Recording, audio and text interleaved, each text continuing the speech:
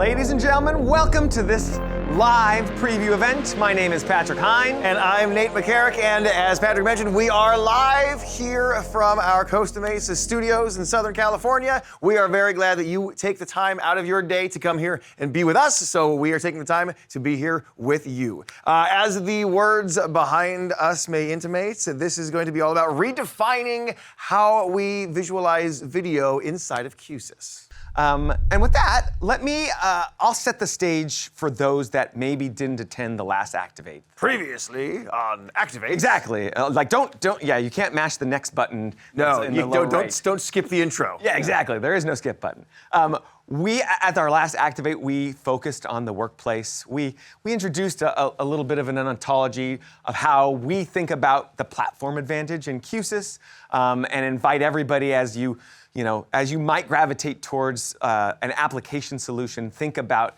the whole space and how that holistic experience is manifesting itself in the customer.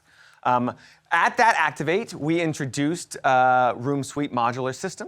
This was our first foray into truly scalable and simplified solutions for the collaboration space. This was our first system that didn't require any Q-SYS Designer software whatsoever. And again, like the trade-off of that open canvas that Designer offers came in the form of simplicity, speed of deployment, and all the other things that come along with not having to rethink every room. Like this was definitely designed for scale and a similar type of room. And quite frankly, this was the first step in our effort to fill out our full collaboration spectrum.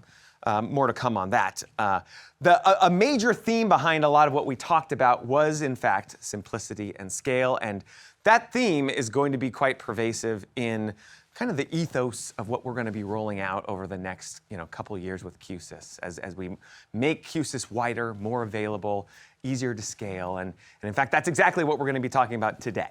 Patrick mentioned simplicity and scale, and obviously we're talking about video. So let's talk about, first of all, what we're doing with video now before we talk about what we're about to do with video. Right now, if you're using video inside the Q-SYS world, then you're probably doing it with the NV series, where you are encoding your video locally and then sending it to an output, probably in a collaboration space like this. That might be a meeting room, it could be a boardroom, something like a lecture hall, anytime you are just trying to get your presentation material in front of an audience. And because of that, because our video focus is really in that collaboration space, all of our devices are designed with that in mind. With the number of channels in and out on the devices, the color space that we're using, even things just like the other features that are on that device are all intended for this area. And that makes them very useful there, and they've been very successful. But that does not mean that those are the proper devices when you start scaling that into a larger world outside of that collaboration space. So today we're going to start talking about larger areas, things like hospitality and entertainment venues, where you have tons of video outputs, and dozens or hundreds. Think about things like casinos or restaurants or transportation, where maybe you have digital signage that needs to be delivered to hundreds of displays across an entire campus. Using the NV series that we have now might not be the correct choice for that, just because of the way those devices were designed.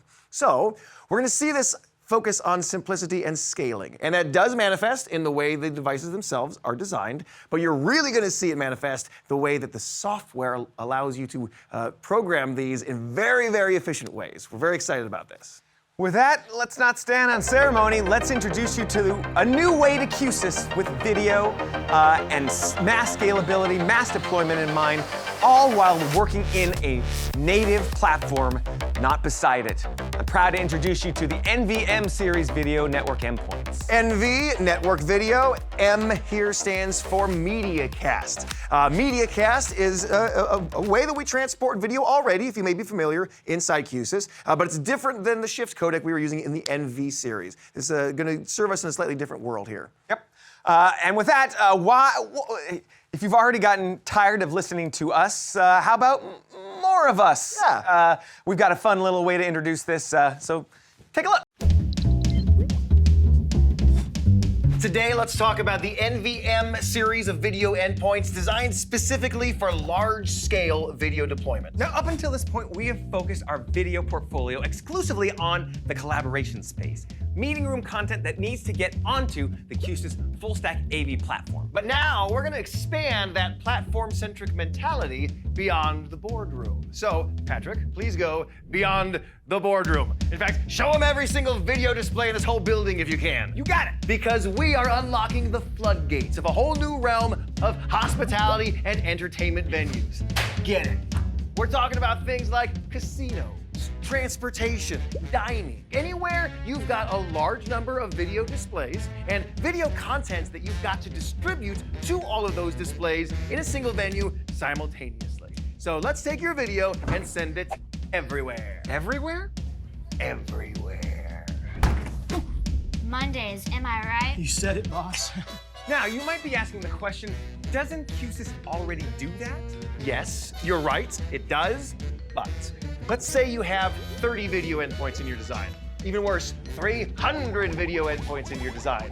You're gonna spend a lot of time inside Q-SYS Designer, dragging in all those components, wiring them all together, configuring their control panels one by one. Today, I'm gonna create a design for our video wall that's upstairs that has 32 displays and 3 sources, and I'm gonna do it from scratch. I haven't even started yet. Did you say upstairs? I think I'm going in the wrong place. Now, you'll notice I'm still using Q-SYS Designer software, but I'm using the new NVM Designer tool that's in it. All I need to do is add a new video routing group. I can give it a name and any sort of nomenclature that I want to. Let's say that there's gonna be 3 sections in this group. I'm gonna use 1 encoder in each of the groups, and let's add enough decoders to cover the entire wall. When I hit create, the inventory is automatically populated with every single device that I need, automatically named appropriately, organized appropriately based on my configuration settings. Now, we are solving and simplifying the hardware and also addressing some age-old questions with the power of software. For example, we've got our encoder that comes by default as a single encoder, but if you need a secondary video stream, all you need to do is deploy a software license, and you can route either of these two to your decoder that can be located anywhere in the building. I want to show you this real workhorse here, the routing group. In fact, you may notice that there's not a lot in my design. This doesn't look complete, does it? Where's all the stuff? But the video sources has already been associated with the video destination. So I don't need to drag them all in and wire them to each other. You heard me right. With NVM, it works without wires. Wait a minute. You say that NVM works without wires? Yeah. This is amazing! No, Patrick, the displays still need wires. They still need power and they still need HDMI. Patrick, stop it. Bad. Put it back. Everything's fine. Everything's fine. What are you doing with my wires, man? Everything's fine! No, it's not. Fix it. Come on. Real world, you still need wires. Here in Q-SYS Designer, for your video system, you don't need them anymore. In fact, my design is done. I'm going to save and run to the core right now.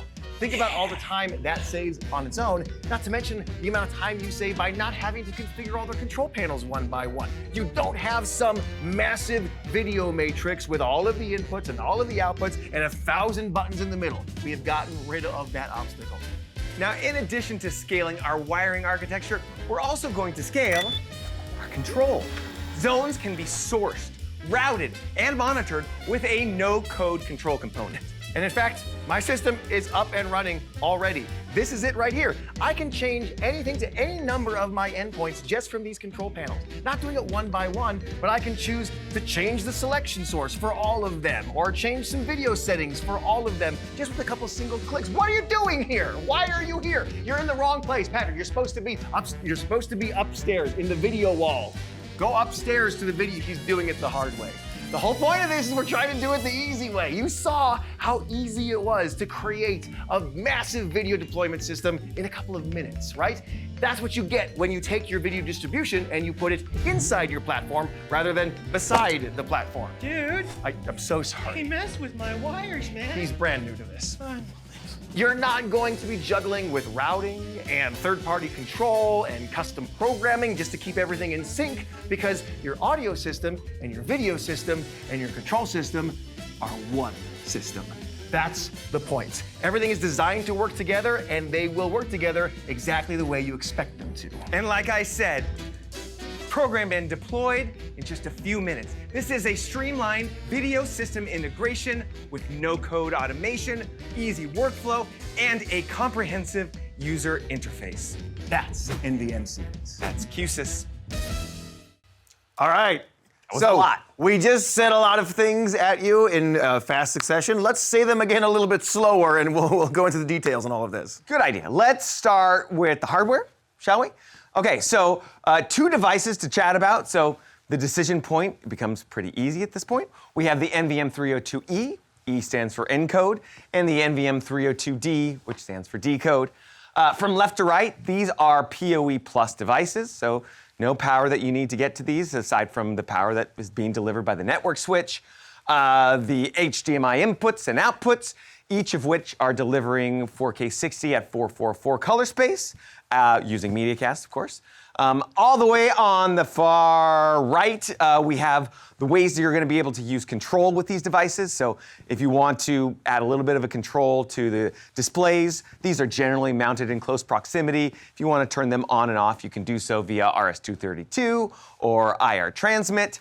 And then right in the center is a USB-C that's intended for future AV bridging. So to make this very clear, like, we are looking at this device as a viable product in the collaboration space. However, at first customer ship, that will not be a feature that will be available. It's going to be available in a future release. When we're talking about purchasing SKUs, the decoder is pretty obvious. It's just one decoder and it's one device. But the encoder does have actually 2 different SKUs to talk about. There's the NVM E1 and there's the NVM E2. Essentially, you're purchasing how many streams you will be encoding simultaneously. So if you're using the NVM E1, that means that you can use either HDMI 1 or HDMI 2. You can toggle back and forth between those, but you can only use one simultaneously encoded onto the network. Whereas if geographically you have all of your video sources close to these devices and you have the ability to take 2 of them and wire them into that device at the same time, and you need both of them encoded onto the network, then you would want to expand that device with the NVM E2 so that you can use both of those and get them encoded concurrently. Yeah, if you're tracking, we're using software to do more with hardware. And as proud of the hardware as we are, as we mentioned earlier, the real secret sauce is in that software.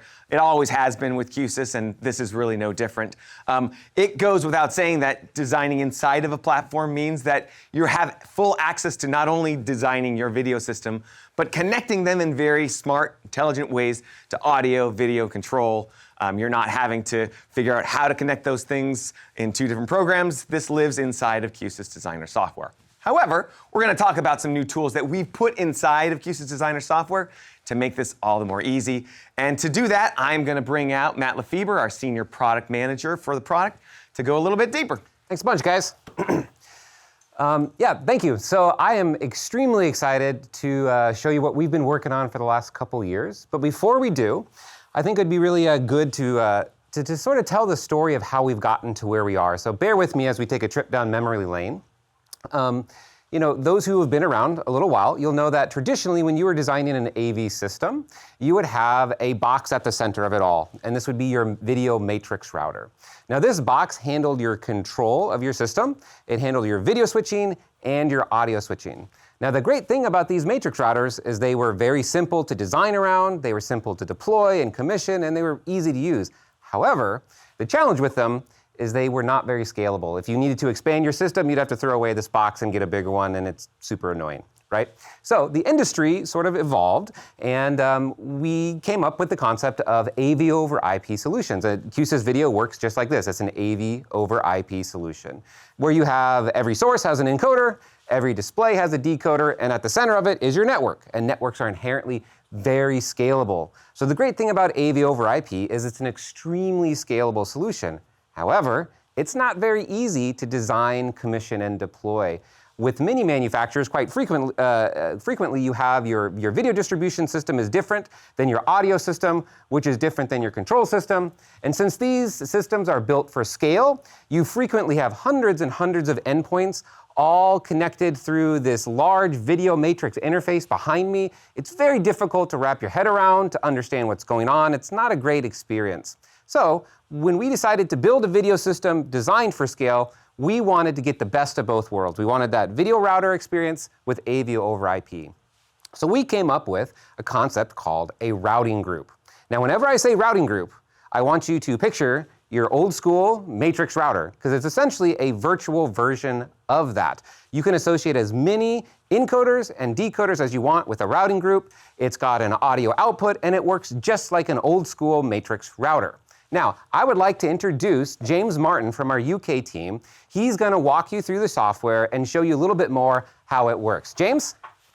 Yeah, hi, thanks, Matt. So, hi, everybody. I'm excited to be here, and also excited to talk about the kind of programming we're going to be doing with NVM, because I've been playing around with this for a good little while, and it's been really a lot of fun, because just like a lot of things in Q-SYS, I can do something very, very simple, something very, very straightforward, but also I can scale up to be honest, fairly like ridiculous video systems. That's right. And we don't lose that simplicity. So I'm going to show you on my computer here a few things that a few examples of how you can work with NVM. So before we get into the routing group, or the routing group, as I'm going to call it, I want to talk a little bit about just traditional programming as well. So on my computer here, I've got just a normal MediaCast router, and I can, of course, use NVM in the normal way. So I can use it just like one of the NC series cameras.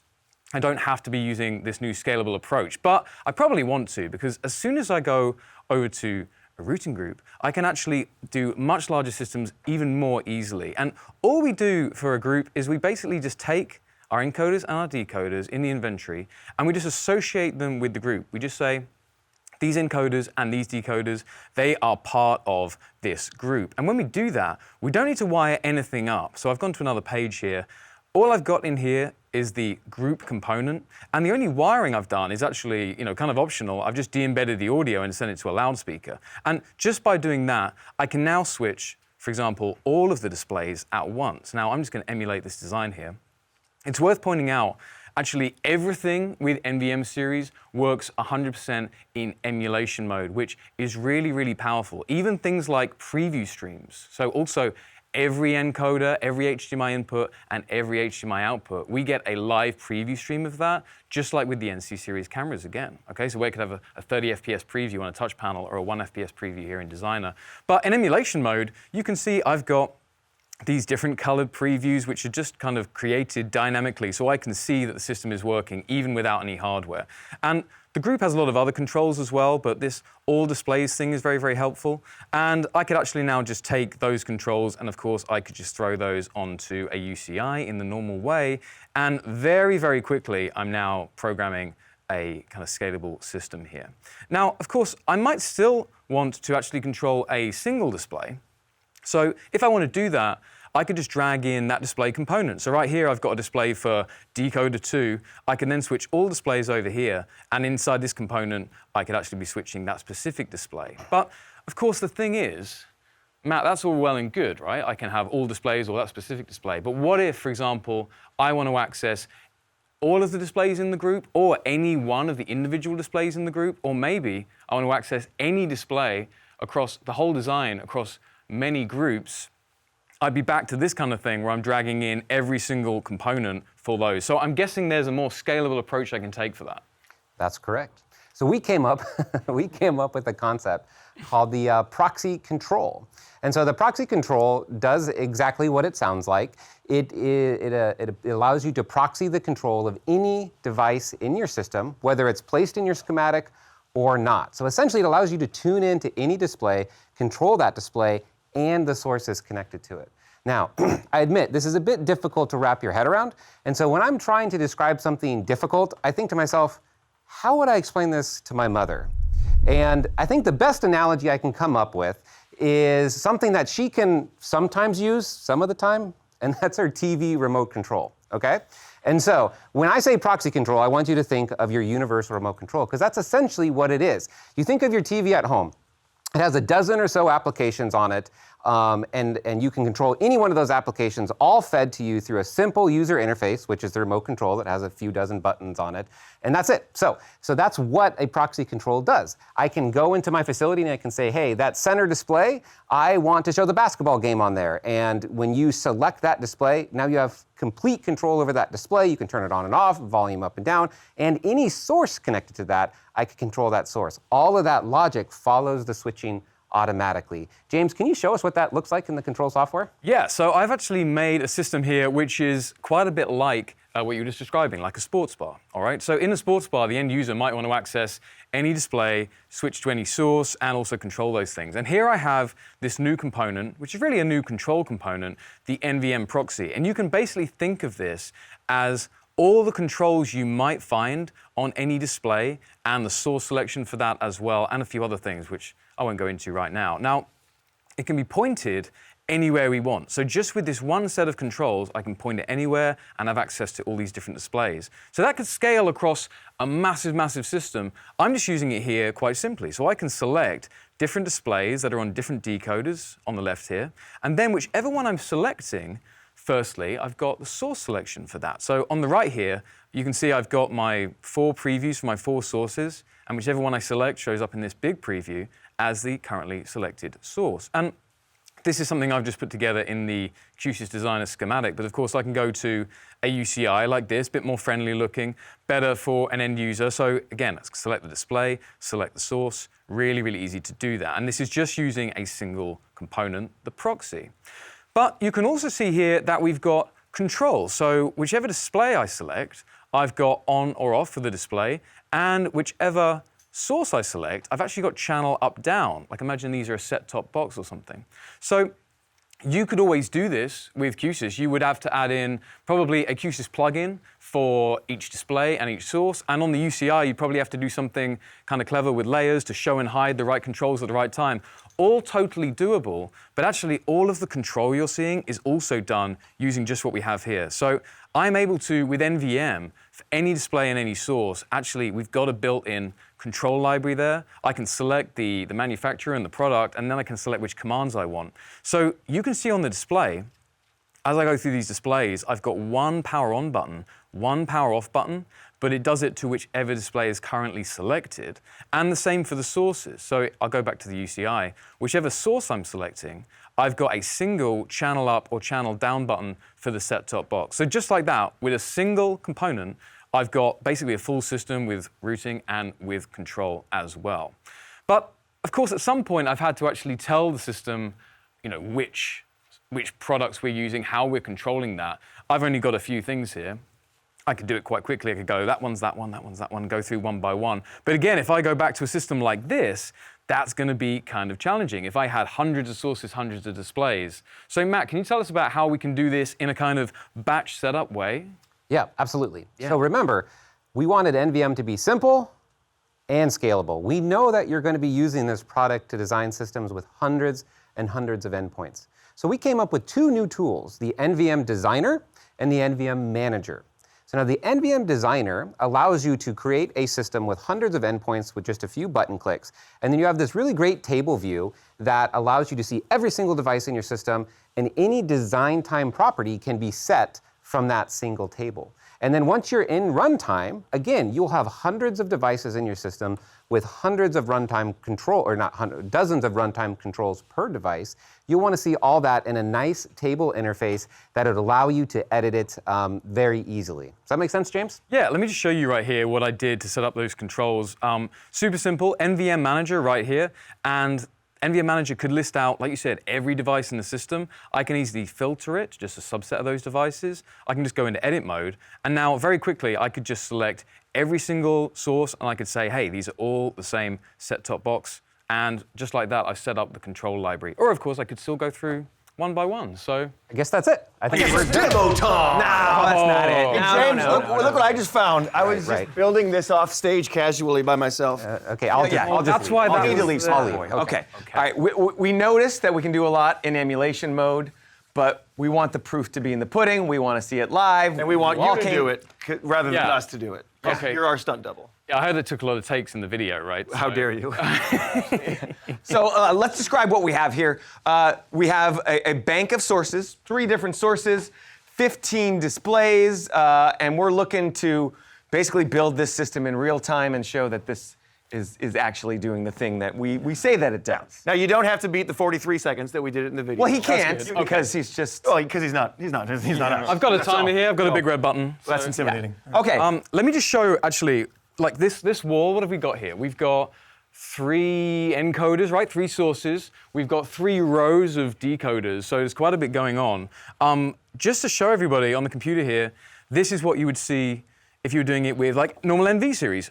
Quite quick to do that. Yeah. I mean, obviously, I spend a lot of time making the wiring beautiful. They're and very aligned. straight. Thank yes, you. good job. Yeah, I try. But still, that's a lot of dragging components, right? Yeah, James, I feel like you're stalling here, so I'm going to get this going.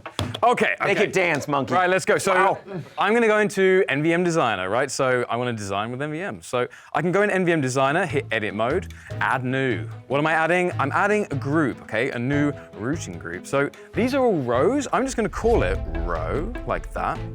I've got 3 rows, so there we go. You can see on the right what's going to get created. Encoder, I've got 1 encoder per group. I can just leave that, fine, next. And then decoder, I've got 4 decoders per group. So I can do 1, 2, 3, 4. By the way, I can change the naming convention, because I like to keep things organized. And there we go. So now all I'm going to do is drag in the group. Quick, running out of time, let's drag that in. That's it, I'm going to hit the button. Whoa! Thank you. You beat us by like half a second. Yeah, I try. Yeah. Just like anytime you push a design to the core, right now the core is sending that design out to all the peripheral devices. You can see that they're all going through their initialization boot up screen. They're also checking their firmware, making sure that everything is up to date. And then within probably about another minute or so, you're going to see all of these coming online and distributing the video exactly the way we wanted them to. While we're waiting, I'm going to plug 2 things. If you want to learn more about NVM, we're going to have an online training course that gets deployed right around first customer ship. And if you happen to be in the Las Vegas area around June, we will be showing NVM at the booth. Put your hands on the hardware, get a live demonstration from somebody like James. That we're seeing all of the gray screens coming online. It means that in a moment or 2, this should be fully online and ready to go. And there it is. One more round of applause. That's incredible. That was incredible. Oh, and let me just.